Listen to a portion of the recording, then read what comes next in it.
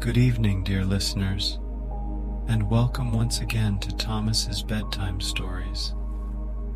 I'm Thomas, your guide through tonight's tale, taking you on a journey through the trials and triumphs of some of the most cherished figures of ancient stories. Tonight, we turn our attention to a heroic saga that unfolds under the dazzling skies of the old world, where faith is tested, and integrity is the beacon that lights the path of the righteous. So, tuck in, fluff your pillow, and let the worries of the day melt away as you settle into the comfort of your bed, ready to be carried away by the power of storytelling. And if you enjoy our time together, please do support us by subscribing to the channel and giving this video a like.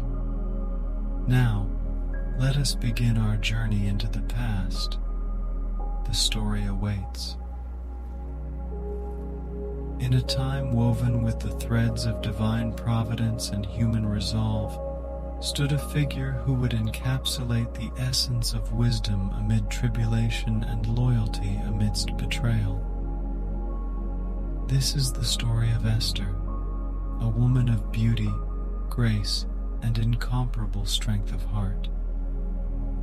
Our tale begins in the opulent city of Susa, in the heart of the Persian Empire, where the air is thick with the scent of spices, the sound of market cries, and the brilliance of colorful garments flashing in the sun.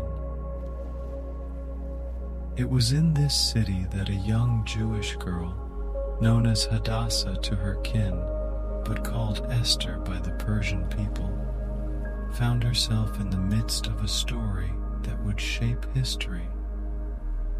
An orphan, Esther was raised by her tender-hearted cousin Mordecai, a man of integrity who worked within the courts of King Ahasuerus. Esther's life was one of humility and modesty, yet there was an air of destiny that clung to her like the finest perfume. One day, a decree echoed through the streets of Susa.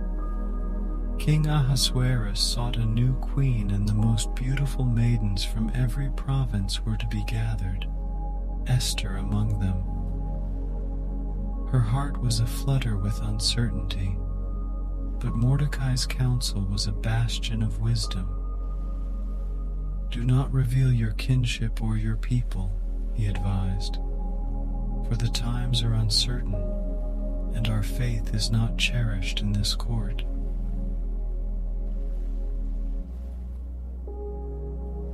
The palace was a tapestry of opulence that outshone the tales of old, and Esther entered the royal harem, a world designed to both enchant and imprison the senses.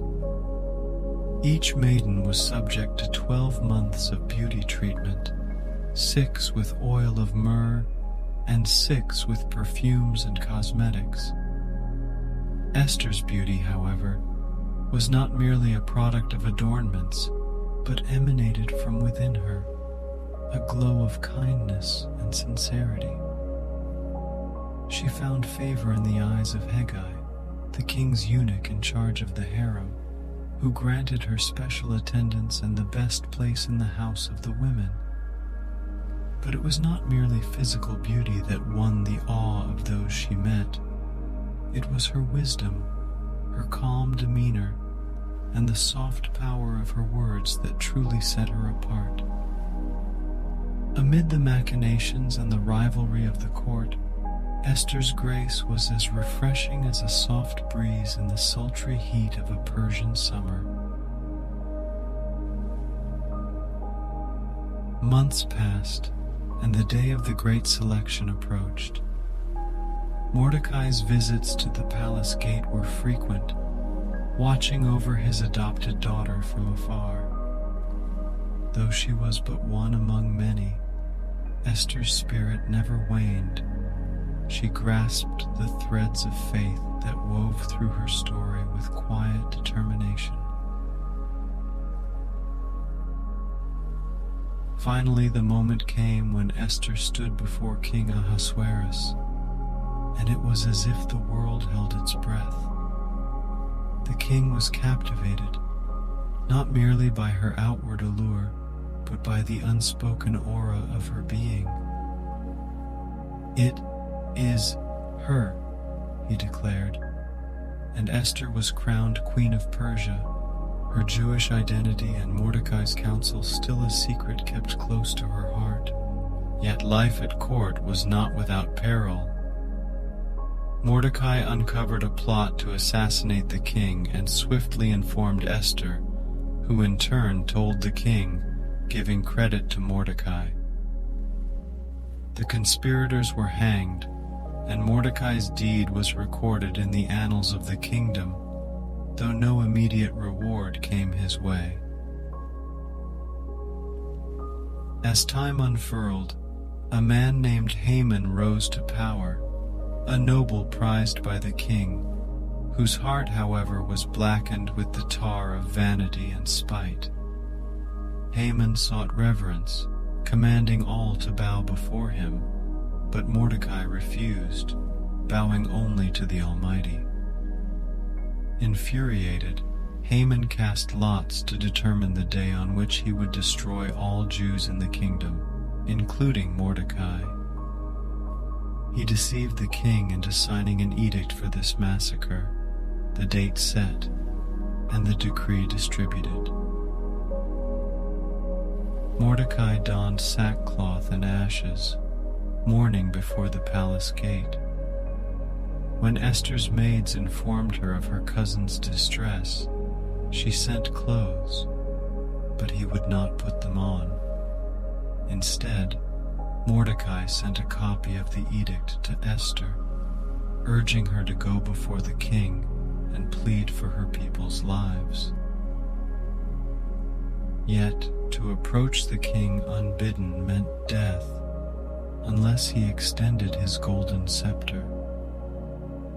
Esther hesitated, her life hanging in the balance against the lives of her people. But Mordecai's words emboldened her. "Do not think that because you are in the king's house, you alone of all the Jews will escape. Who knows? Perhaps you have come to your royal position for such a time as this." Resolute, Esther requested that all Jews in Susa fast and pray for her for 3 days and nights. Then she donned her royal robes and stood in the inner court of the palace, where the king could see her. Ahasuerus, struck by her appearance, extended the scepter. "What is it, Queen Esther?" he asked. "What is your request? It will be granted, even up to half the kingdom." Instead of an immediate plea, Esther invited the king and Haman to a banquet she had prepared. Intrigued, the king agreed. At the feast, Esther's charm was matched by her tactical prowess. She requested their presence at another banquet the following day, where she promised to reveal her petition.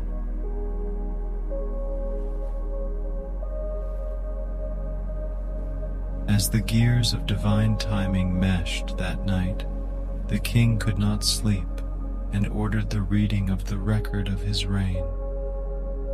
He discovered Mordecai's unrequited deed. The following day, before Esther's second banquet, Haman was commanded to honor Mordecai with a parade through Susa, a twist of fate Haman had not foreseen. At the second banquet, Queen Esther revealed her Jewish heritage to the king and pled for the lives of her people. Exposing Haman's vile plot, she swayed the heart of the king. Ahasuerus ordered Haman hanged on the very gallows he had prepared for Mordecai.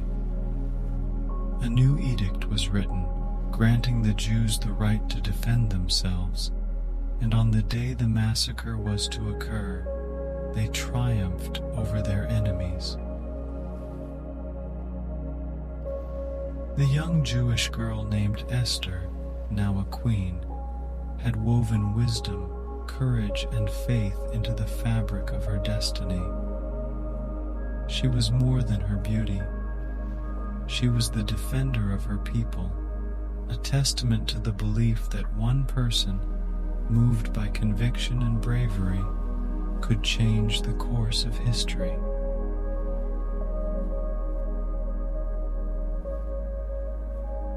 As we leave the ancient city of Susa, let us remember Esther's legacy, the strength found in humility, the power of wise counsel, and the courage to stand for what is right even in the face of great peril. Good night, my friends, and may your dreams be filled with the stars of valor and the gentle whispers of peace.